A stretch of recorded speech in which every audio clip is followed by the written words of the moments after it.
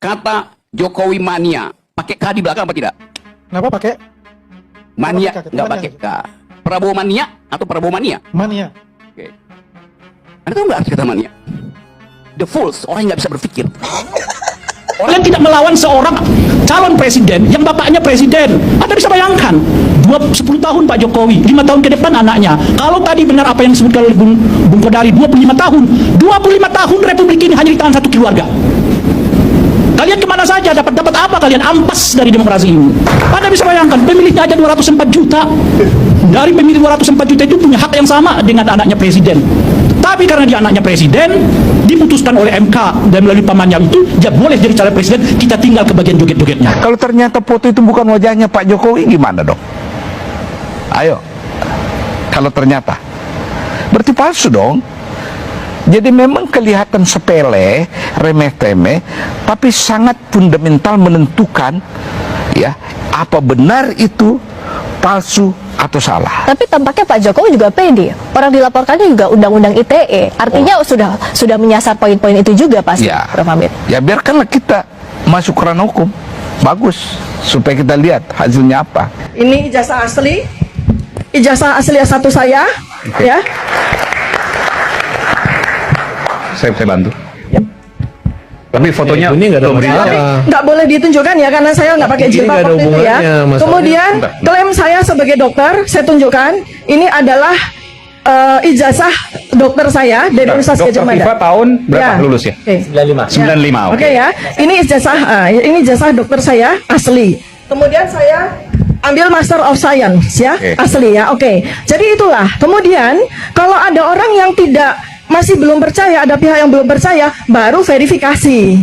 Jadi klaim ya, kemudian bukti otentik, baru verifikasi. Apakah benar ijazah ini Ya, tapi nggak sama otentik ya? kamu. Nah sekarang Pak Jokowi kita sekarang lihat. ijazahnya udah disita. Bentar, maaf, Fran. Ya, ada perbandingan yang nggak benar. seseorang yang melakukan klaim. Saya sarjana kehutanan Universitas Gadjah Mada. Mana buktinya? Nah, buktinya ditunjukkan oleh Bareskrim ini ya. Nah, sekarang saya mau tunjukkan dari semua ini sudah dilakukan penelitian oleh Pak Dr. Roy Suryo dan Pak Dr. Ismon Sianipar. Saya cuma menunjukkan satu aja hal dari dokumen yang ditampilkan oleh Bareskrim. Dari sisi foto ini aja.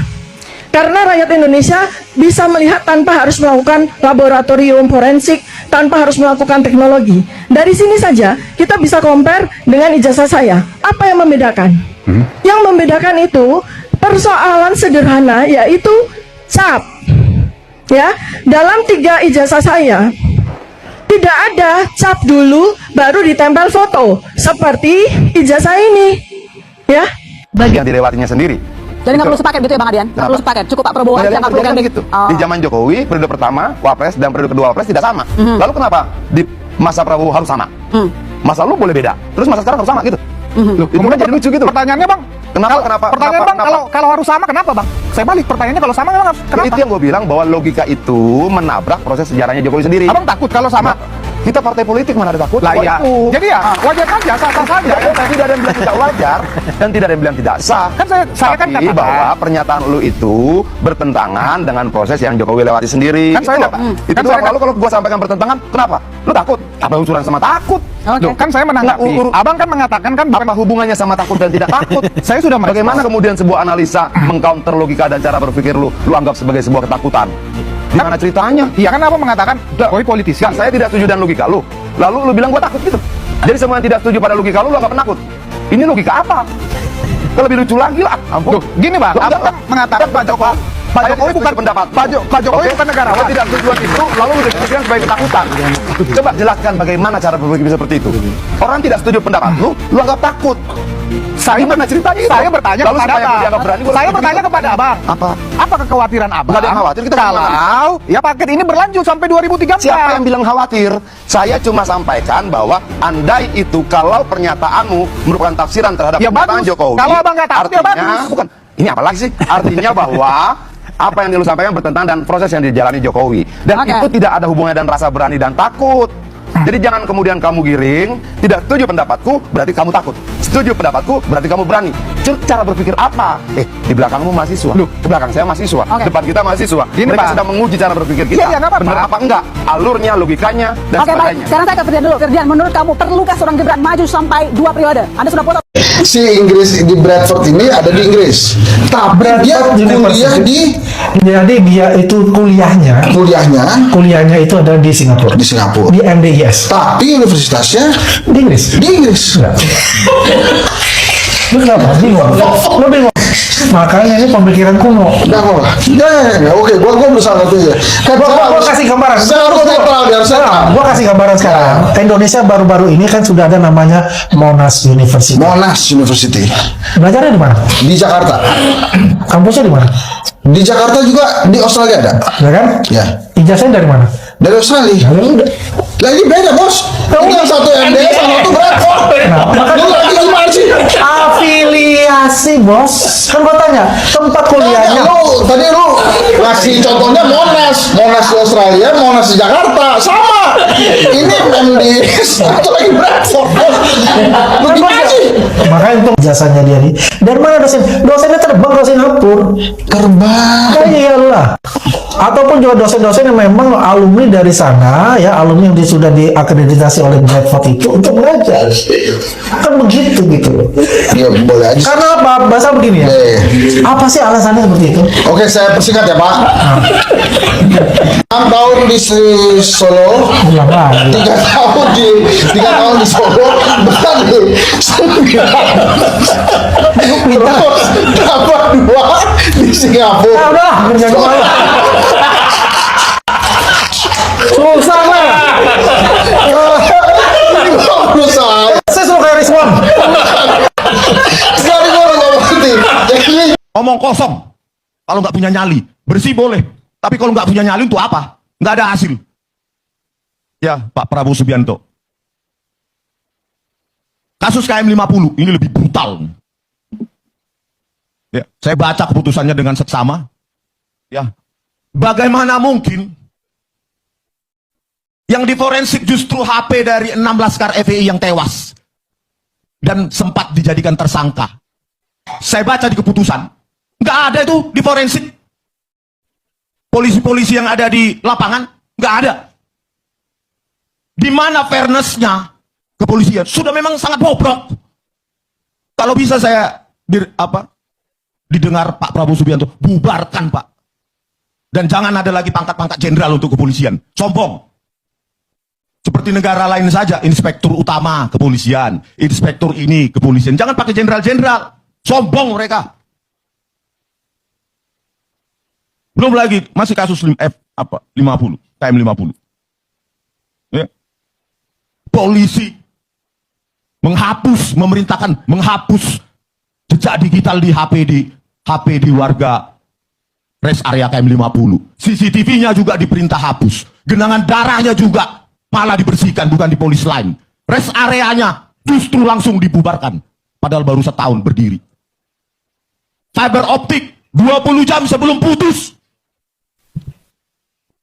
Hanya anak kecil yang percaya itu. 20 jam sebelum kejadian 7 Januari 2020 putus. Tidak dianalisa seratnya. Serat fiber optiknya. Benar nggak putus? Apakah digunting, dimakan tikus, kena petir? Tapi itu semua diterima hakim. Karena hakim berpendirian. Kalau sudah keterangan dari kepolisian, itu pasti benar. Inilah rusaknya kepolisian. Kasus Kanjuruhan. 3 jam durasi video, 3 jam lebih durasi video. Hilang dikit sekian itu. Dan di parkiran. Kerjaan siapa itu? Polisi paling. Kasus Vina Cirebon. 6. Ya. Video CCTV alasannya tidak bisa dibuka. Tidak ada ahli. Padahal cuma mencolokkan flash disk ke DVR itu jadi itu barang.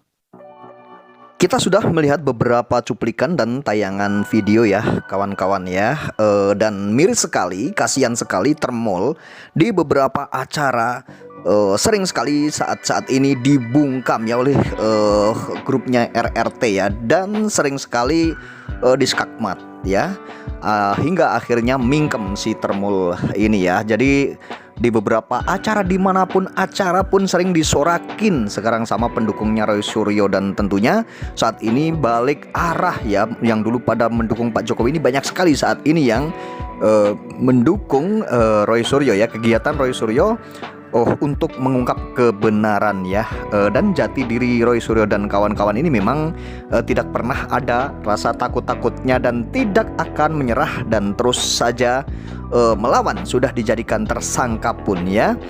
Dan perjuangan Roy Suryo ini mendapat banyak sekali dukungan oleh masyarakat. Saat ini publik atau masyarakat sedang banyak sekali menyorot tentang dugaan ijazah palsu ini ya.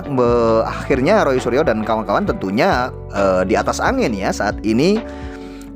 Banyak sekali yang mendukung dan tentunya mereka sangat gerak luas ya, walaupun sudah dijadikan tersangka pun Roy Suryo dan kawan-kawan ini tetap saja menyuarakan dan tidak ada berhenti-berhentinya untuk tetap membongkar dugaan-dugaan ijazah palsu ini ya teman-teman ya, karena memang perjuangan Roy Suryo tidak akan berhenti. Jika perjuangan Roy Suryo tiba-tiba berhenti dan dijadikan tersangka, akhirnya takut tidak menyuarakan lagi, itu jelas-jelas bahwa Roy Suryo ini nanti akan dipandang oleh masyarakat bahwa Roy Suryo ini benar-benar bersalah dan ada rasa ketakutan tentunya seperti itu. Makanya Roy Suryo, Rismon Syarifar, Dr. Tiva pun tetap terus menyuarakan tentang dugaan-dugaan ijazah palsu Pak Jokowi dan Gibran ya, dan terus berkiprah tanpa ada lelah, terus saja berjuang, terus menyuarakan, dan tentunya ini berkat dukungan masyarakat ya. Dan kali ini ada hal yang menarik tadi di beberapa video ya, setiap Termul ini berusaha menyanggah atau membalas pernyataan atau membalas pernyataan-pernyataan dari grup RRT atau pendukung Roy Suryo. Tentunya Termul ini selalu dibungkam dan kicep, tentunya langsung mingkem ya, dan kasihan dan memalukan sekali ya. Dan pendukung-pendukung Pak Jokowi ini mati-matian, rela mati-matian mendukung Pak Jokowi dan membela Pak Jokowi. Bahkan mereka ini tidak peduli ya dipermalukan, tidak peduli dicaci, tidak peduli dibully oleh netizen pun ya. Mereka tetap membela Pak Jokowi mati-matian karena tentunya ada hal atau ada sesuatu hal yang tentunya diharapkan oleh mereka, tentunya mendapatkan imbalan, dan sangat tidak mungkin sekali mereka membela mati-matian tidak mendapatkan imbalan ya.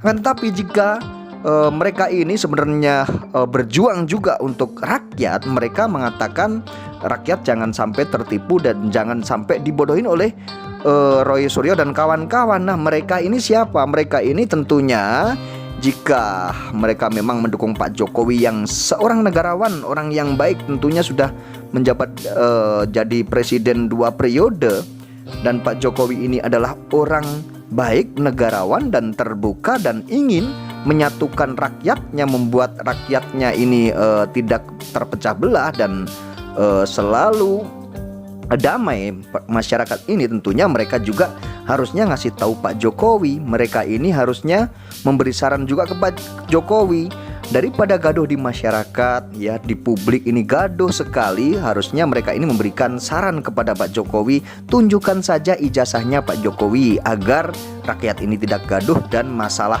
ini selesai. Tentunya ini hal yang paling baik, dan jika mereka mengambil langkah-langkah itu dan mengambil langkah yang tepat itu, sebenarnya masalah-masalah ini selesai dan tidak akan gaduh lagi. Akan tetapi entah ada tujuan apa mereka tidak ngasih tahu Pak Jokowi. Tentunya ini sebenarnya Pak Jokowi juga jika ingin menunjukkan ijazahnya ini mungkin ya ada keinginan dari Pak Jokowi, tentunya seperti itu. Akan tetapi ada bisikan-bisikan dari relawan-relawan atau dari orang-orang yang terdekat sama Pak Jokowi, mungkin ini diselesaikan di ranah hukum saja agar panjang, dan tentunya ini menjadi sebuah langkah-langkah politik mereka ya, agar isu ijazah ini dan isu Pak Jokowi ini terus berkembang ya. Dan mereka juga, kita tahu sendiri, mereka sering diundang di beberapa stasiun televisi ini ya, karena ini juga untuk popularitas mereka juga, tentunya seperti itu ya. Dan tidak bisa dipungkiri hal tersebut ya. Dan banyak sekali pakar, banyak sekali orang-orang yang mengerti hukum, jika permasalahan ini pengen selesai, dan ini adalah masalah yang simpel dan tidak hal yang yang susah. Ini adalah masalah yang remeh-temeh dan hal yang sepele tentunya ya. Hal yang sepele ini sebenarnya bisa diselesaikan dengan cara yang mudah, dengan cara yaitu satu, Pak Jokowi sebagai negarawan, sebagai orang yang telah memimpin negara ini 2 periode, tentunya Pak Jokowi ini adalah bapak bangsa ya, tentunya seperti itu ya. Dan Pak Jokowi ini harusnya menyatukan rakyatnya dan memberikan kedamaian pada rakyatnya, merangkul rakyatnya, harusnya seperti itu. Akan tetapi tidak, dan apa yang terjadi, Pak Jokowi tetap memilih jalannya sendiri, tidak mau menunjukkan ijazahnya ya.